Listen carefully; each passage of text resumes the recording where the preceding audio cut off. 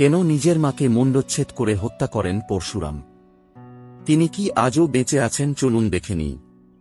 পরশুরামের গল্প আজও পুরাণের এক গুরুত্বপূর্ণ অধ্যায়। অক্ষয় তৃতীয়ার পুণ্য লগ্নে সেই গল্প আরও প্রাসঙ্গিক।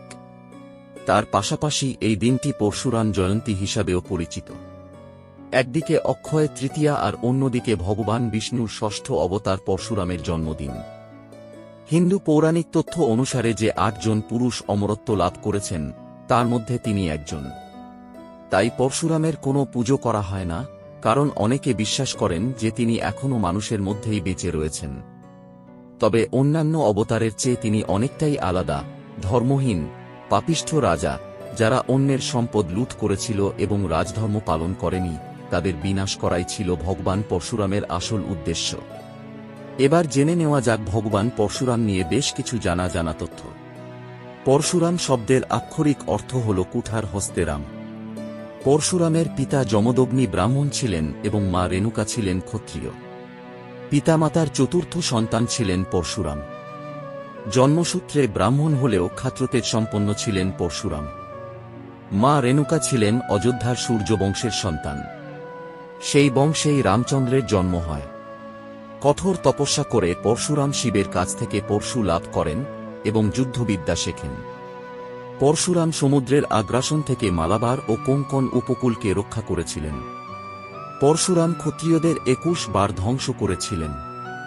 কর্ণ মিথ্যা বলে পরশুরামের কাছে শিক্ষা লাভ করেছেন। পরশুরাম তাকে অভিশাপ দেন যে যুদ্ধের সময় জ্ঞান ভুলে যাবেন এবং অস্ত্র চালাতে পারবেন না। কুরুক্ষেত্রের যুদ্ধে এই অভিশাপ কর্ণের মৃত্যুর কারণ হয়ে দাঁড়ায়।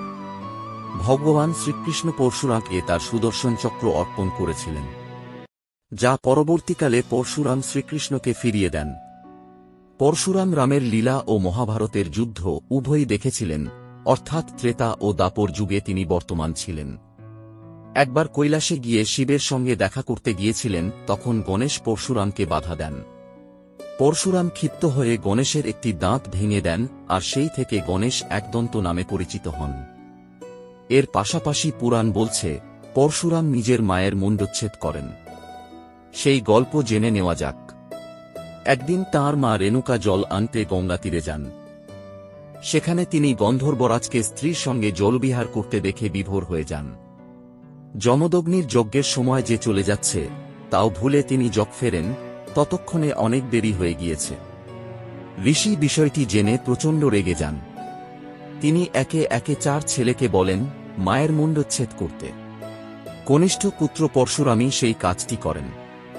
তখন যমদগ্নি বাকি ৩ ভাইকেও হত্যার নির্দেশ দেন। পরশুরাম তাঁদেরও হত্যা করেন। প্রসন্ন যমদগ্নি তাঁকে বর প্রার্থনা করতে বলেন।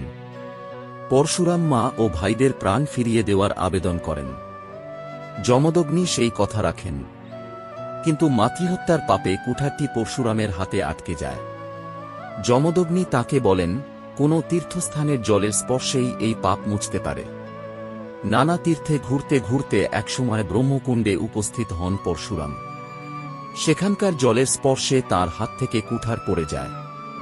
এই ছিল সেই কাহিনী। তাহলে আপনারা সকলেই জানতে পারলেন কেন নিজের মাকে মুণ্ডচ্ছেদ করে হত্যা করেন পরশুরাম এই ভিডিওটির মাধ্যমে। ঈশ্বর আপনার মঙ্গল করুন। আজকে এখানেই শেষ করলাম। আপনাকে অসংখ্য ধন্যবাদ আপনার মূল্যবান সময়টুকু আমাদের দেওয়ার জন্য। আপনাদের যদি এই ভিডিওটি ভালো লেগে থাকে তাহলে আপনি আপনার বন্ধু ও আপনার পরিচিত মানুষের সাথে শেয়ার করতে পারেন। এরকম আরও ভিডিও পেতে হলে চ্যানেলটি সাবস্ক্রাইব করুন।